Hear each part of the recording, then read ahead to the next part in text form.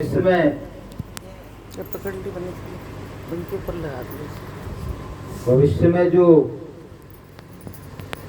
विष का कोहराम की मचने वाली है, उसमें हम अपनी अपनी हिफाजत का कार्य कर रहे हैं, अपने अपने बचाव का कार्य कर रहे हैं। इसमें आत्मोत्थान तो शामिल ही है, इसमें जीवन संरक्षण भी शामिल है। घर का एक मुखिया यदि ये कार्य कर रहा है तो पूरे परिवार की रक्षा कवच तैयार होगा। बोलिए प्रेम से जय गुरुदेव। आप यहाँ नहीं आ पा रहे हैं तो कोई प्रॉब्लम नहीं है, आप अपने घर पर भी ये कार्य कर सकते हो। लेकिन घर पर ये कार्य अकेले में नहीं हो पाता है, एक दूसरे के साथ बैठ के देखकर ये कार्य आसानी से हो जाता है। जो कभी भजन करते नहीं थे वो भी 2-2 घंटे यहाँ बैठे रहते हैं, जो माला घुमाते भी नहीं थे। तो ये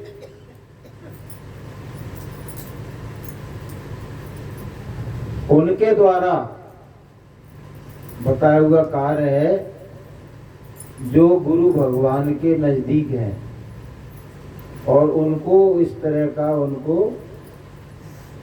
गुरु महाराज के द्वारा संकेत प्राप्त होता रहता है। अंतर आत्मा में,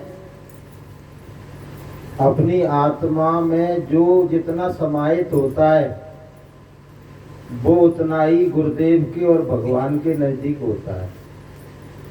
बाहरी क्रियाओं से कोई भगवान के नजदीक नहीं हो सकता है, लेकिन अंतर मन में पवित्रता और निर्मलता जब आ जाती है और हम अपनी आत्मा के सन्निकट हो जाते हैं तो हम परमात्मा के भी निकट आ जाते हैं, और फिर हमको परमात्मा का, अपने गुरु भगवान का संदेश जो होता है वो हमको प्राप्त होने लगता है। तो ये कार्य जो हो रहा है, ये कार्य सर्वहिताय सर्व सुखाय है, सबका हित समाहित है इसमें। कोई ये नहीं कह सकता है पूरे संसार में कि भजन करना बुरी बात है, कोई भी नहीं कह सकता है। और भजन से ही हमारी रक्षा होगी, तप करने से शक्ति प्राप्त होगी, तप करने से, साधना करने से हम अंतर से मजबूत बनेंगे, हमारा धैर्य प्रबल हो जाएगा, आंतरिक शक्ति प्रबल हो जाएगी हमारी। और अभी तमाम ज्योतिषी ये गणना करके बता रहे हैं कि ये 30 मई जो आ रही है ना, इसमें 2 बातें हो सकती हैं। या तो वो परमात्मा स्वयं शक्ति रूप में अवतरित होने वाला है, जिसको कल की अवतार कहते हैं, क्योंकि कल की अवतार के बारे में बताया गया था कि वो कलयुग के अंत में आएंगे। और ये कलयुग का अंत चल रहा है, इसके बाद 1000 साल के लिए सतयुग आएगा। लेकिन हम लोगों ने क्या धारणा बना ली कि वो अभी तो 4 लाख साल के बाद आएंगे कल की अवतार। नहीं, वो अंत आ गया उसका, कलयुग का, कोहराम कयामत का समय आ गया, विनाश का, विभीषिका का, विप्लव का, कोहराम का। वो समय आपको मालूम ही नहीं, और वो हमारे सिर पर आ गया। 2003 में गुरु महाराज ने कहा था कि परिवर्तन ऐन कगार पर आ गया है।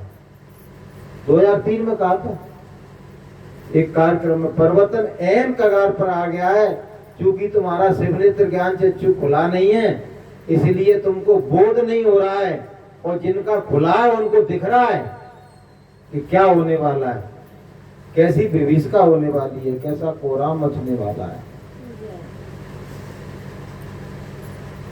जो बता रहे हैं वो मैं आपको बता रहा हूं। गुरु महाराज ने तो बहुत कुछ बताया। गुरु महाराज ने बताया अमेरिका रोएगा, जापान रोएगा, चीन रोएगा, रूस रोएगा और भारतवर्ष को भी रोना पड़ेगा। आप सुन लो, उसमें आ रहा है गुरु महाराज के वचनों में ये बात आ रही है। तो भारतवर्ष को रोने का मतलब है भारत के जनमानस को रोना पड़ेगा, क्योंकि उनने जो खोटे कर्म किए वो खोटे कर्म इतने दूषित और इतने भयावह भीवत्स उन्होंने कर्म किए कि आज का मानव कम दानव ज्यादा हो गया। मानव नहीं रहा है, वो पशुवत हो गया। पशु भी ऐसा बुरा काम नहीं करते जो इंसान बुरे काम कर रहे हैं। तो उसने जीने का अधिकार खो दिया। इसलिए बहनों भाइयों, ये कुदरत कयामत लाने वाली है।